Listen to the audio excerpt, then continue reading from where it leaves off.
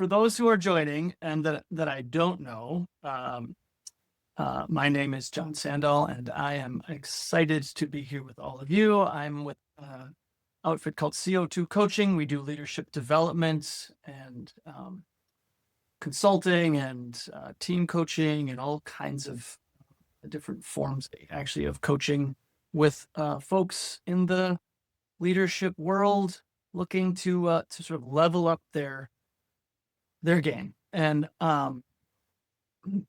Gyner brings up ultimate because a lot of my background in the sort of sports side of the world is actually this team sport called ultimate frisbee, and I've the great fortune to be a big fish in a very small pond. So you too can be a world champion if you just pick a more obscure sport like ultimate frisbee that nobody plays. Although that's increasingly changing because now there's like real athletes playing, and so all these 20-year-olds that make me look foolish. Anyway, we're gonna get started here in a minute. I think I'll bring this little thing up for just a minute before we get started here. Go like so that I can see you. I'm gonna share my screen. There we go. Can you see it? Gyner, you are over there? Can you see me? I can see you. I can hear you and see you, John. Nice. Welcome. Thanks for being here, LinkedIn world. We're excited to do this. I haven't done these enough lately, but I used to do these all the time, and I really enjoy this, and I'm excited to be here with my friend and longtime collaborator, Mr. Gyner Ozgul, and we're going to talk about this topic of letting go versus taking over. I want to introduce myself briefly for those who are just joining us or for whom you are watching the recording and didn't get a chance to hear me say this. I'm with CO2 Coaching. We do leadership development, consulting, and coaching in lots of different forms, primarily individual leadership, executive coaching, one-on-one work, and then leadership development at a team level. So with leadership teams, which is something, well, I guess both of those things I've done with Gyner over the years. In addition to the other things, consulting work, strategic planning, culture work. And I am have the great good fortune, I guess, to have gotten to know and work with Gyner over the last, man, how long? 8 years, Gyner? I don't know, something like that. Yeah, it's coming up on 8 years. It's that long. Yeah. That's right. Yeah. So I will introduce you briefly to Gyner. There he is in his Fortis outfit. Gyner's Gyner is he's I mean, I think the word that really comes to mind is he is really an avid learner. I've noticed about this about him since we first met. He's eager and hungry to kind of get better and sharpen the saw and figure it out. And so I've had the great fortune of watching him where he was at Smart Care, which was a spin out of carve out, I guess you'd say, of Ecolab. I heard his story about rising through the ranks, which he's going to share a little bit today, and then have watched him transition on to be the CEO at Rafter X, a nationwide roofing company, and then now to Fortis Fire and Safety, a nationwide fire and safety company. His primary background in the service side of things, though I know him to be deeply understanding of many industries, and in particular this journey of self-discovery called becoming a leader of note and really being that leader. Along the way, he's got an MBA and he's accomplished great things. He lives in the Chicagoland area and grew up there. And he's got an even more fascinating story that he's going to share with us today. And Gyner, before we go any further, what else would you like the audience to know about you beyond your sort of bio? What else would you want the audience to know about you? Yeah, I guess as I get a little older in my years, I'm not old, but as I get older, so I'm just a little vulnerability. I like to call myself learning how incredibly human I am. You know, like my dad's an immigrant, my mom's an immigrant, so I'm a first generation kind of son of immigrants in the U.S. You know, a lot of humble beginnings there. it's funny, people, it's kind of cliche and it's not at the same time. You hear that story a lot and then you don't. Um, but that humility kind of, I see it ride through how I operate as a leader. All the time, it kind of pulls me back. It tends to kind of pull me back when my ego or some confidence or some, conviction and in experience gets in the way of actually what's best for the team or the business. It tends to pull me back. Um, the human side of me, when I say I'm human, is like, we'll talk a little bit today.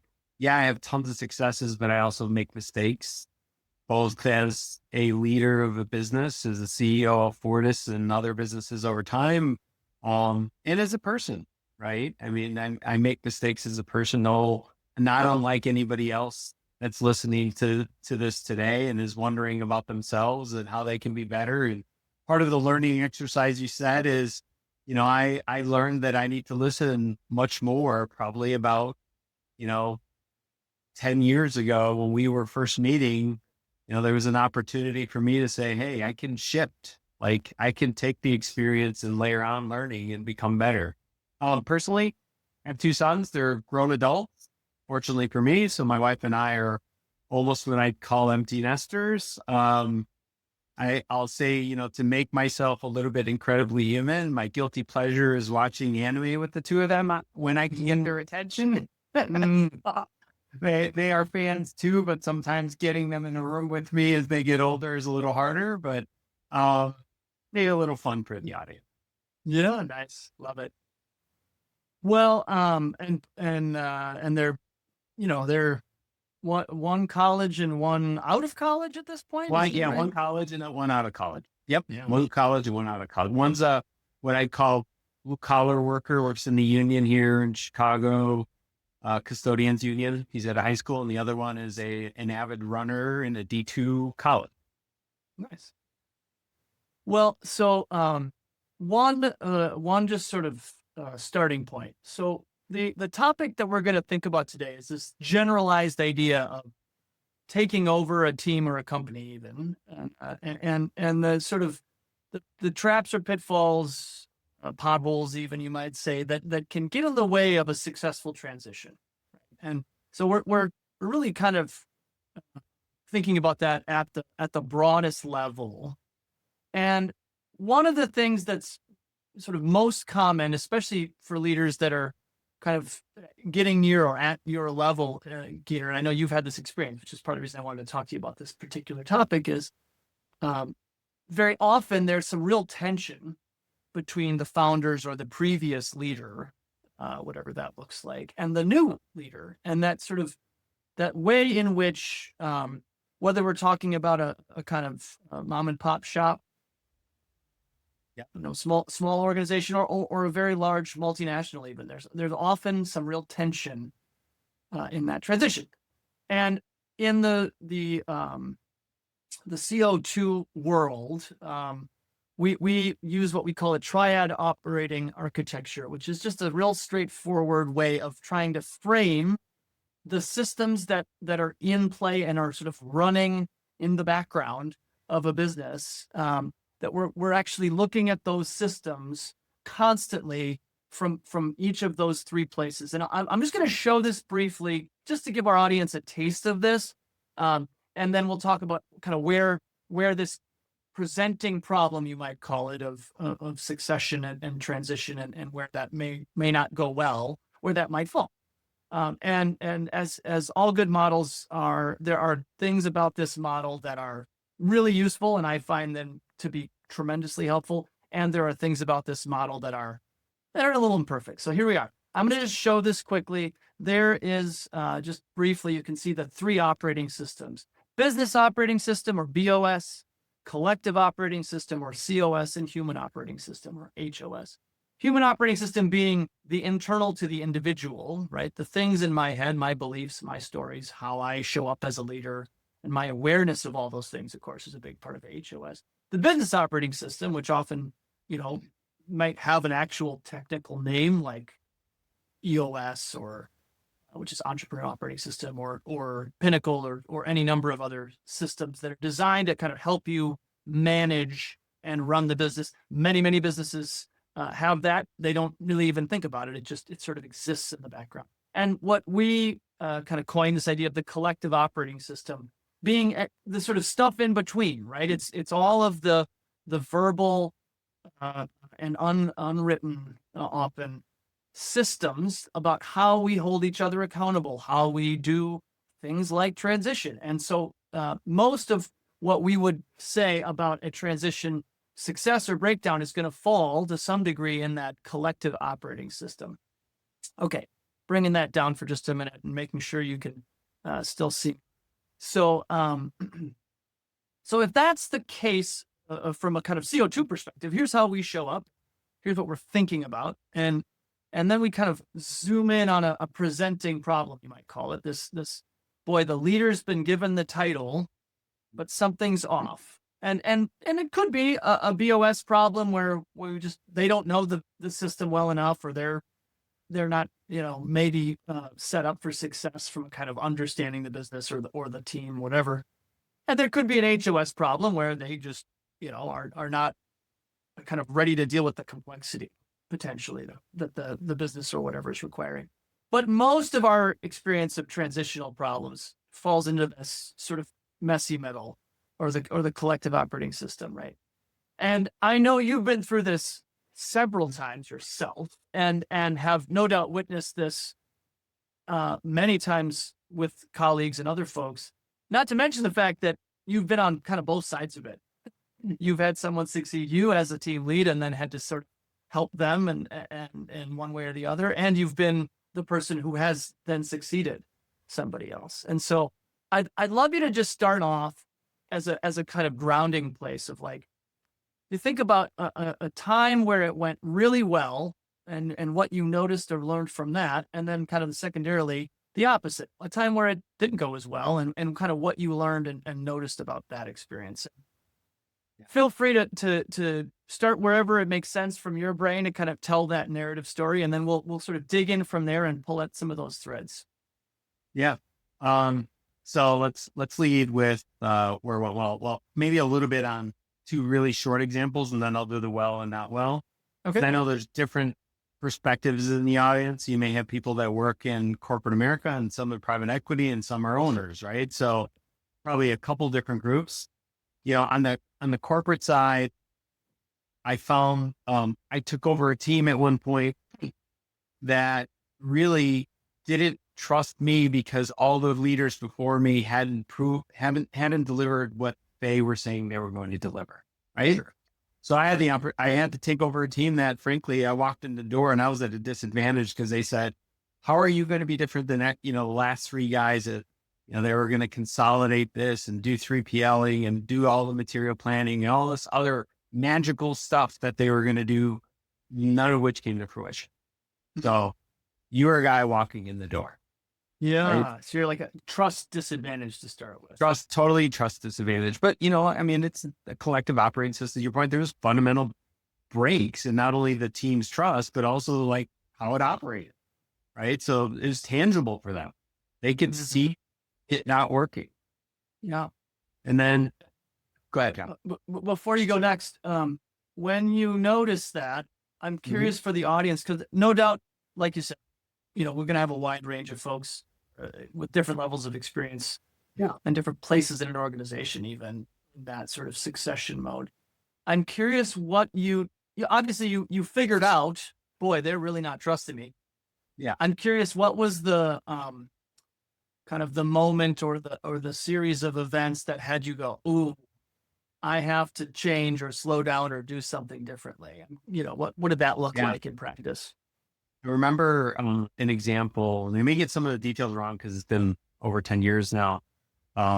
They had done some work on like process mapping, and I was a new kind of project manager at the time. Right. Mm-hmm. And I asked them about these process maps, and on process map, there are starbursts, and those are typically where you do projects. I won't get into detail of that, but I remember asking the team, I'm like, "Hey, who's working on this?" So I walked around the room on these cool process maps, and like nobody was working on it. And then, took a break we all took our lunch break, and then they came back in the room, and I just said, when did you guys do these? They're like, "Oh, we did them a year ago." with my predecessor, right? Got it. It just brought a facilitator in, spent days and weeks putting these wonderful process maps that identify problems in the business, right? That they have to go start pecking away at. So at the next break, I needed to take a breath a little bit because I was like, oh crap, now I know why these guys don't trust, right?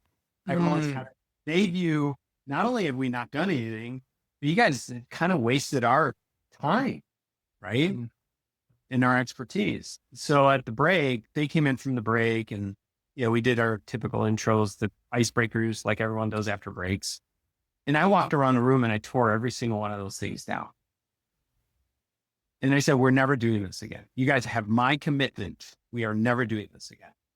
From now on, you're going to tell me what the priorities of the business are. A few, 2 to 3, let's just say. We're going to go knock those down. And when those are knocked down, we'll move on to the next group.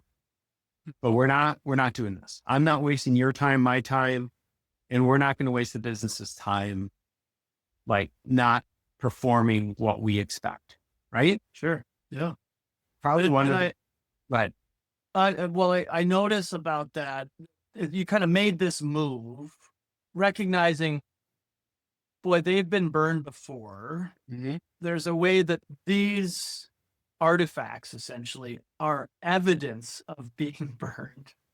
And even if we ended up with the same series of projects, I need to help demonstrate that I'm here for them as a leader rather sort of blindly following the path. And so there's like a move you can make there with like, hey, you can trust me because I'm demonstrating that I'm willing to take a risk.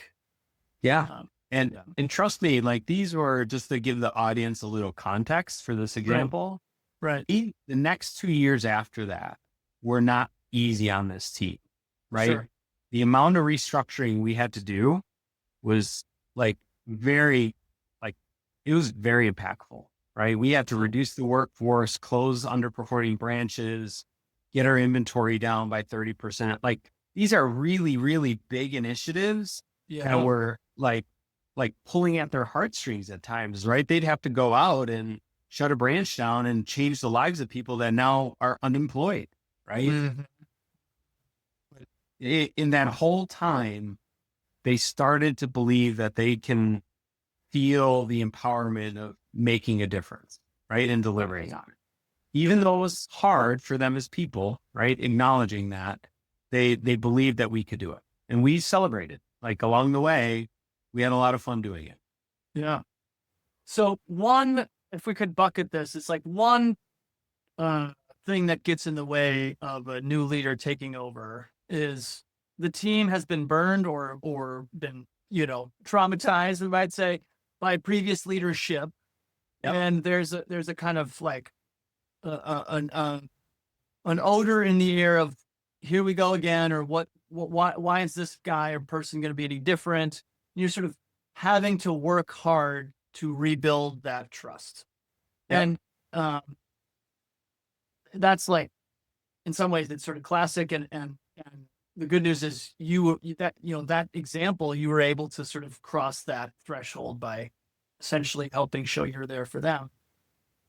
I also know that a big challenge many people are facing is as they step into that seat, the previous leader may still be involved. That's right.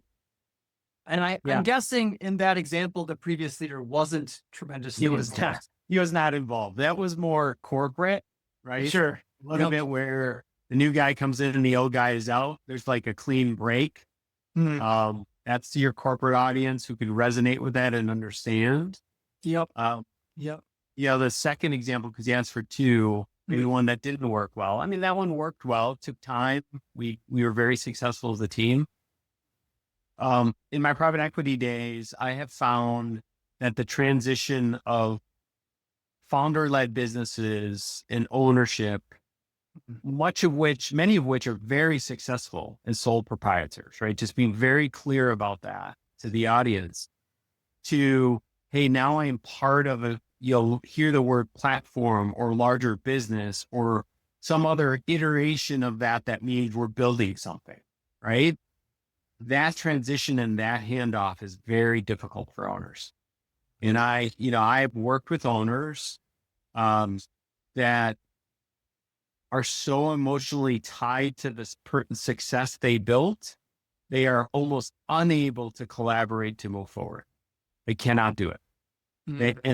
And what makes it a little bit more challenging is they can't step out of it to see that there's this wall they've created, this artificial wall they've created of, hey, I can't even see that I'm having a problem moving on, right? So not only do you have the problem that you're trying to solve with them, like, hey, we're trying to streamline operations, whether that be for marketing or HR or some selling decision, right? Depending on the function, you're also you're having to change management with the owner to say, this isn't about how well you did something or how well you didn't do something before you sold your business. We know you did it well, which is why we bought your business, right? There's a confirmation you're getting, but it also means you have to be willing to move and evolve as the business starts to change, as you're trying to bring multiple businesses together to deliver something new. And that's hard. That's really hard for them, right? Because they have these relationships with their people, these commitments to processes that they have built, and there's so much value for them that is hard. And like for me, just to the audience, there was a point in time where I couldn't do it. There was an owner I worked with that he was unwilling to do that. Totally unwilling to do that. And so that's this, like, we talk about this sort of letting go. So you're taking over, you're trying to help at the platform level. You're trying to help the organization streamline, make moves forward. And there's this, as you already said, sort of this understandable tension for the owner who's, sold to the platform about sort of protecting and keeping involved and staying connected in the day-to-day in a way that might actually get in the way of the larger business's goals. That's right.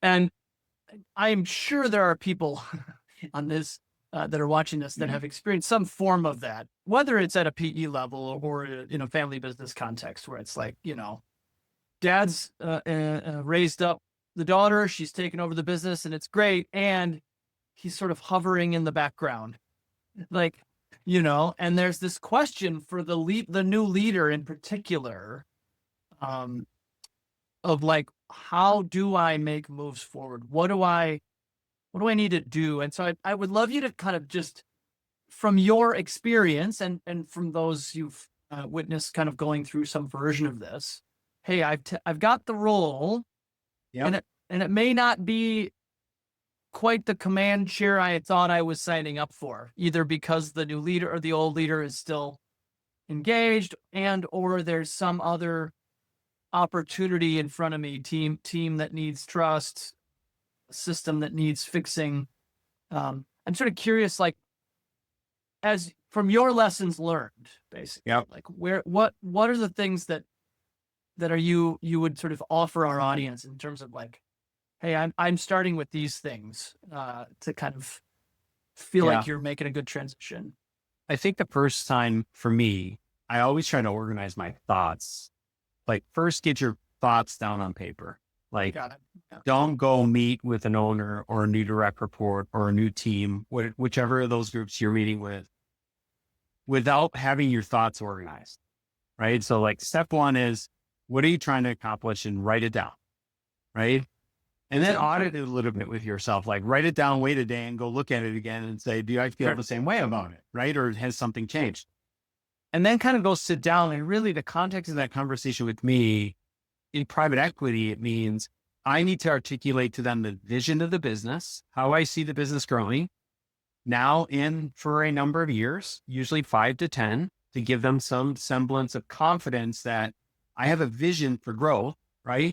And two, be well articulated in the change in how I see the change for their teams for maybe the next year or two. So there is a short term, you have to be very clear with them, because if you expect them to buy into the vision and buy-in as your change leadership, because that's what they are right now, because you don't have credibility built with their teams yet for their teams to believe you and your vision. So you need them, the owner or the former manager, as the intermediary, to kind of deliver your vision and say, no, I have conviction. I believe Gyner. I know what he's saying. And here are the things that we have to work together on and change in order for that vision to start or to get momentum. Right? Nice. So that, like, but you got to be honest with that. And some of those are really hard points to deliver, right? The first example I gave you about, like, we have to go to restructurings. Like in private equity, I got to be honest with people and say, yeah, your benefits might be a little better, a little more expensive, a little worse. Your finances may take a few days extra to close, or maybe you were closing quarterly and now we have to close every month. All that is incremental to the people that are doing the work, right? So don't make it like a wonderful picture, because sometimes we try really hard to paint a rosy picture. We don't try hard enough to say, this is the real work and what's going to change for you. Ask me the questions about that, and let's work that together. Because that's the trust you need to build. Because sometimes honesty, as hard as it is, build trust as an output. So to me, that's more important. Yeah. And I mean, I love that kind of start with yourself. Write out your vision. What's your plan? Use the Ben Franklin, stow it away trick, right? Like write it out, stick it in a closet for a day or two, come back, reread it, decide is it still true? And then the second part of this is like, okay, then as I'm framing this for either selling ownership a person and or the team that's going to enact this idea or this plan, try to be clear about, like, hey, these are the impacts. Here's how this is good, and here's how this might be challenging, and this is where we're going to have to really work.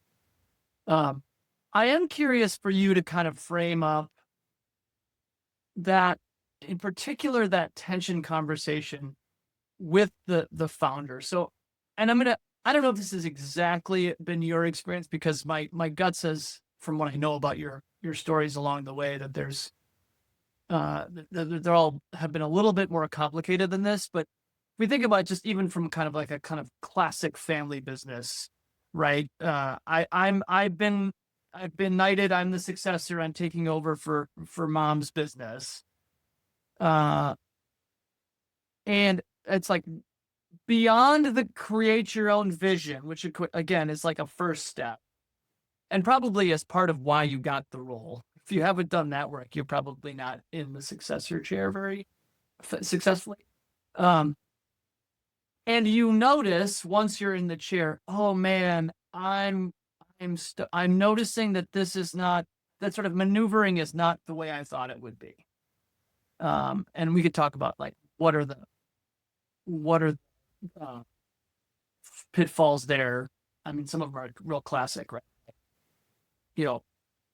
Original founder is sort of going around the leader, yeah, right? So skip leveling and staying engaged in things that probably shouldn't be engaged with. So there's a kind of open question for the team, like, who do we listen to? Do we listen to the old, which, by the way, might be the person we have the strongest relationship with, or do we listen to the CEO or the new leader?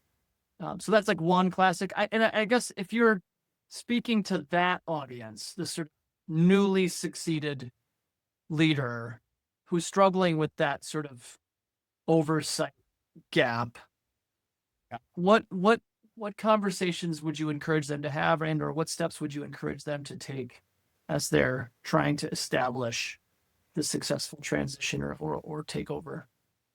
Yeah, I would say, one, have some kind of rules of engagement for you and your team.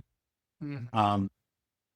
I always say, like, I don't like water cooler talk. I'm very clear about that with my teams. Mm-hmm. But what does that mean? It's incredibly disruptive and it doesn't add any value for you to have these side conversations. And for the owner to be going around and have a side conversation with somebody that maybe reports into the person they put in charge. It could be the owner's kid. It could be somebody they hired. Like, it is incredibly disruptive and destructive. I'll use both D's in this to do that. The water cooler talk does not help.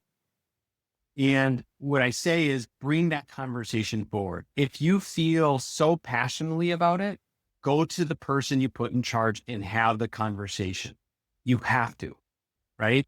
If you really believe in moving the business forward, that conversation has to happen. The second piece is, I'm going to steal a word from one of my current people I work with. I'll just say Chris. I won't say his last name. He said to me, at one point he said, hey, Gyner, I need to own stopping the grumbling. He called it, right? It's those like little things that the teams start to kind of have their little discussions about in a really negative connotation, but no one really stops it and it just festers, right? That also, you have to have a rule that says, hey, if we're going to have grumbling, we're going to either dive into it as a team or we're not going to have it, right? There has to be a little bit of black or white there. Now, it's okay so I just want to separate one piece of that out. If you are venting and you can acknowledge that you need to vent, that is okay. We are human beings. We should do that. I do that, right? John has been my coach for 9+ years, and most of the time I'm venting, right? But like in just being very upfront, that's okay to vent. It is not okay to grumble. Because again, you're trying to build value and trust and build a business together. And as an owner, if you're allowing those workarounds and that grumbling and those water cooler talks to exist, you're building a toxic relationship and you're setting the person up in charge to fail. Doesn't really matter if they have the skills or not, they will fail. I mean, I love all of that. I feel like a proud parent over here because we've talked about this, Skeeter and I, for many years. And it's sort of like, hey, what's happening and how are we going to make the invisible visible to try to create the kind of, again, this language of collective operating system, or in my team language, it's like, what are the team agreements about how we're going to communicate so that we can build a healthy, constructive, and also culture where conflict can be real rather than grumbled and behind the water cooler and back behind somebody's closed door. Otherwise we never get the real value. I'm going to pose one question for you as a starting point. And while I'm asking this, because we only have a few minutes left, I'm going to invite anybody watching. I know there's a handful of folks that are online paying attention in real time. If you have any questions, go ahead and put them on the event page. There's a place to make comments or opportunities for questions. Please go ahead and put those on there, and we will grab those as we're chatting and try to answer them. I'm going to start with one, Gyner, and there's this sort of I don't know, classic experience. I'm taking over for a successful business, often a successful person, right? And whether we're talking about somebody adding to a platform in a PE context or just a direct family transition, very often replacing someone who's been successful means that there's a kind of balance required between respecting the legacy and the what was built by the previous leader and sort of still moving forward with a new or next chapter. And again, I know you've been through a version of that a handful of times. So I'm kind of curious, like, how do you think about that balance, or what's helped you, good or bad? Either you learned from it because it didn't go well, or it went well, and you've seen that be successful. So again, the tension or the balance is like honoring and respecting the legacy and what was versus moving forward with what needs to be from a leadership challenge. How do you think about that? Yeah. As a leader, I'm going to make this about me for a second. Not all leaders are the same, but I'll personalize it. Experience cannot be my weapon, and ego cannot be my Achilles heel. And I'll give some context as to why I say that the way I'm saying it. One is specifically trying to change a business that you bought or a business that you're starting to lead, you lose sight of what's embedded in that culture that's actually good, right? Because you're unilaterally saying everything's bad, or that's how they're interpreting you, because you're not giving it a chance to understand what actually works. So take a little bit of time and don't use your experience and your ego to say, I know I can make this run better. You don't know that yet. You don't know anything yet. You need to learn. You may need to act quickly because there may be some things that require you to act quickly, but prioritize a few things and do those well and gain alignment, and don't make them sacrifice things that aren't really going to add any intrinsic value. So I'll just give you a little example. In the last 9 years of private equity, we buy businesses, and lots of times, a lot of them have holiday parties. I'm just going to bring this up. Right.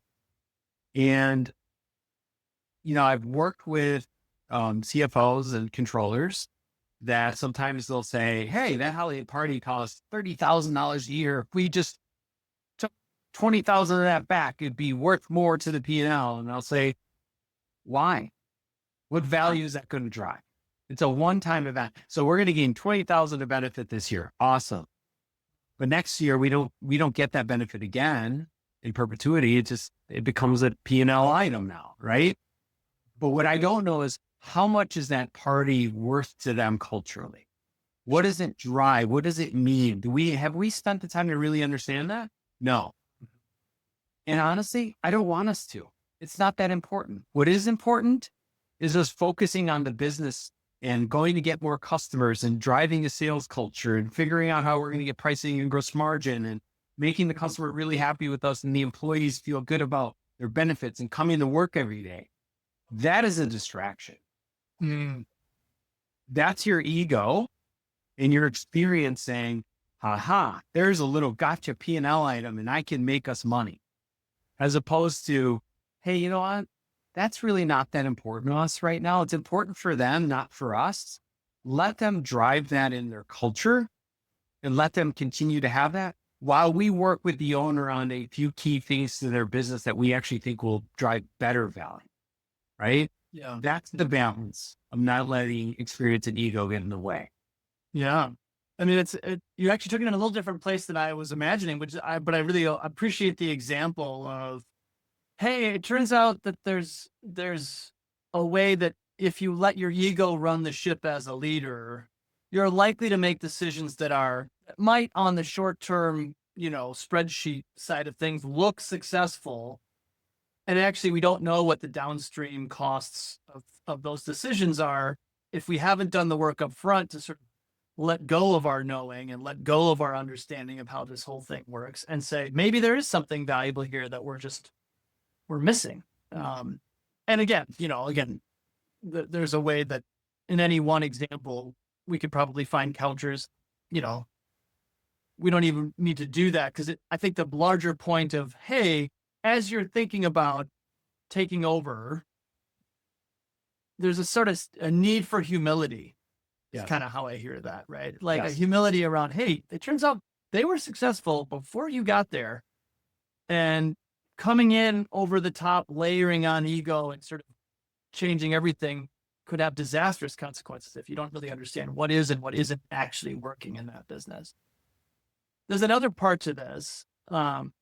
And actually, one of our viewers, Brian Cook, made this comment. He says, alignment, trust, and influence with former owners is crucial for the new leader to perform effectively and build team trust.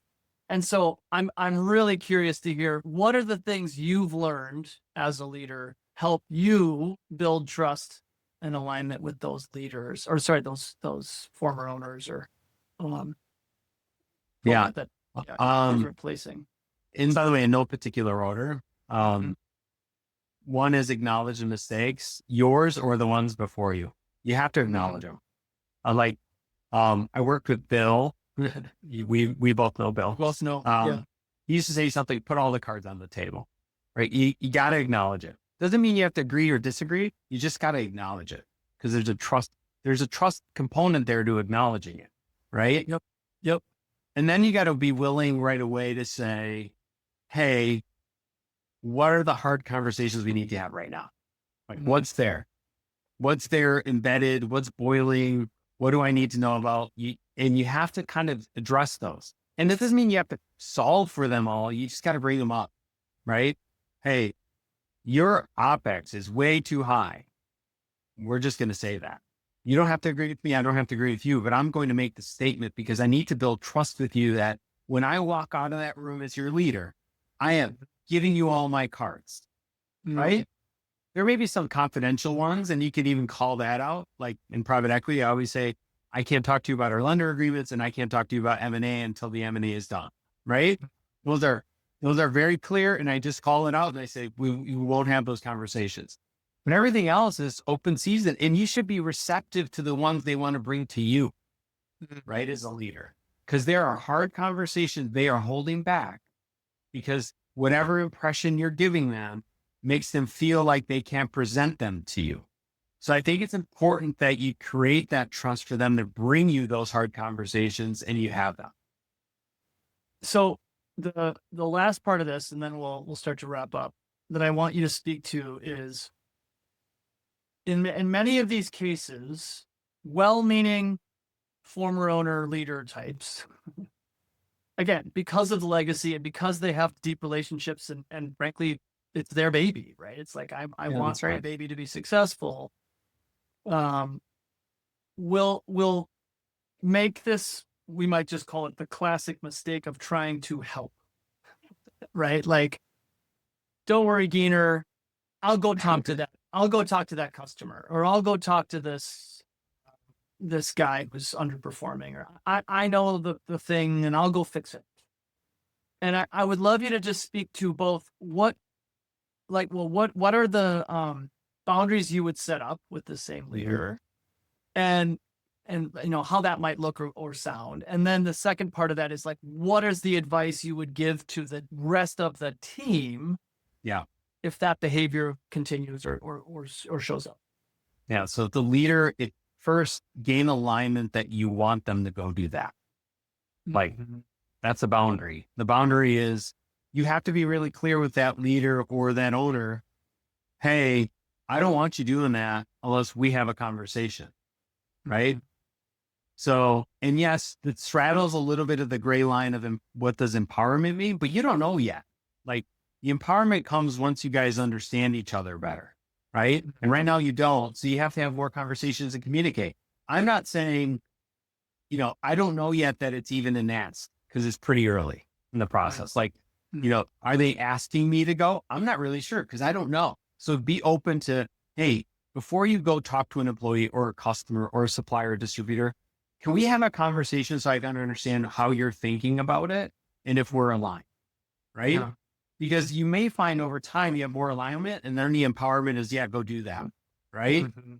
Or you may find that you're really disconnected and it's gonna be more conversation. Or you may say, hey, we're gonna go there together the first couple of times so I understand what you're presenting and how the customer or someone else is receiving it, right? And if it's in alignment with what I believe, right?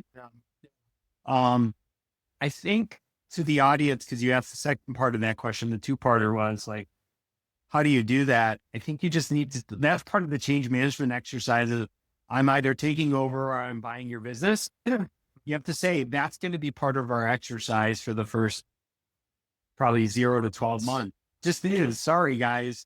Know that you don't know me and I don't know you.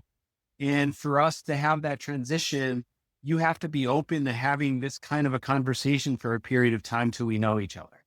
Yeah. And because I know this about you, you're not afraid of having those conversations. In fact, if anything, just the opposite, you're sort of seeking them out. And my gut says that there's part of what you've learned, which is to say, and I've seen this for my other clients in the same boat of like, hey, we probably need a standing meeting just to hold the space for this is going to happen enough that we shouldn't wait until it gets really bad. Yeah. And you shouldn't wait for your standing meetings. I have standing meetings with all of my direct reports as well as my C-1s. I would call it C-1 is just a version of the people who report into some number of my direct reports or myself at the next layer. And sometimes I talk to them ad hoc enough where I'll text them and I'll say, hey, do we need this meeting? If they're like, no, we just talked yesterday, and I'll just hit cancel. That's okay, right? Yeah, right. But have the standing meeting, cancel it if you need to. But those check-ins are super important in the first year or two. Yeah. Right on. The second part of this is advice to those who are on the team or in the next level down that are getting those mixed messages. What is the advice, or how would you counsel or encourage them to handle it when they are getting this sort of owner showing up and saying, hey, do it this way, or Yeah, I'd say one thing is I know it's hard, but you have to assume there isn't some grand plan yet. Because immediately people like at that level, you assume that everything is kind of figured out. And I will tell you, as someone who has led multiple businesses, we don't have it all figured out. Right. Yeah. So defer to the fact that some of this might be more inquisitive than it is action. Right. At that level. The second piece is if you have an owner or a manager who's doing end rounds or side conversations or grumbling, or not taking your message the other direction, because that may be happening too. Sure. Like, I would encourage that you ask leadership for a forum for you to give feedback. Right. And for leaders like myself, I would encourage the other direction, which is create a forum for them to give you feedback and create an environment where they feel comfortable doing so. Right. So whatever that is for your organization, town halls, monthly communications, newsletters, there are different versions. AI certainly can help nowadays. There are different, ways of delivery of that, but you have to create a communication and a comfort level for those groups of people to be able to feed that back when they feel they're not being heard. And likewise, you create the forum for them to do so. Awesome. Well, this has been great. I just see a comment from Paul saying he's really loving this conversation, and change management is such a delicate part of the process of the succession. So I echo that, and so thankful for you, Gyner, for your stories and examples, and really kind of your thought partnership in all of this as we've gone through some of these things together, both for me on the outside and you on the inside, and just sort of watching these relationships fold. I mean, I increasingly am aware that as we are increasing the speed of business and the speed of change and the rate of change, which is, by the way, it would seem increasingly getting faster, almost exponentially getting faster. What I notice is that the speed of relationship is not hasn't changed, right? That we can't really. Right. We can only go as fast as the speed of trust. And if we are not spending the time as leaders, taking stock of where we are relationally and also kind of where we are in getting the cards on the table, to use that metaphor, boy, we're going to struggle and waste time and slow ourselves down later. And so, this is just me saying, what fun. Thank you. For being a part of this. Awesome. And as some of our audience may or may not know, we do team coaching work. I just got the pleasure of hanging out with Gyner's team in Chicago last week, and it was super fun to play in this proverbial sandbox a little bit and think about how they're also building the speed of trust with each other and with Gyner. So super fun to do that. If this or any part of this conversation, whether you're watching in real time here today on Wednesday, the 27th, or in the future recordings, if any part of this is interesting or resonating for you, would love to connect. You're welcome to do that on our webpage, co2coaching.com, on the LinkedIn page, or on my personal LinkedIn page. Please reach out. You can email me as well, Sandahl, Sandahl at co2coaching.com, and we'll connect. You'll see an opportunity there if you haven't already connected with Gyner on LinkedIn. He has a robust LinkedIn presence. So I will say you'll see wonderfully inspiring posts and thoughtful posts from Gyner all the time if you're connected to him. Full encouragement to do that. Thanks so much, Gyner. Last words for our audience before we wrap it up. be more humble and more human. It goes a long way. I learned that in the last 10 years or so. It goes a long way to building trust too. Yeah, love that. Oh man, it's so refreshing to hear that. I wish we could get all of our leaders to sort of lead with that humility.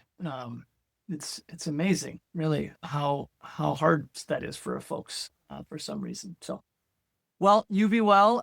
Thanks to our audience, and with that, I think we're gonna go ahead and wrap this up, and we will bid you adieu. And hopefully, Gyner, maybe we'll get you back here, and I don't know, 6 months or something, and Sure. we'll see how the latest transition is going.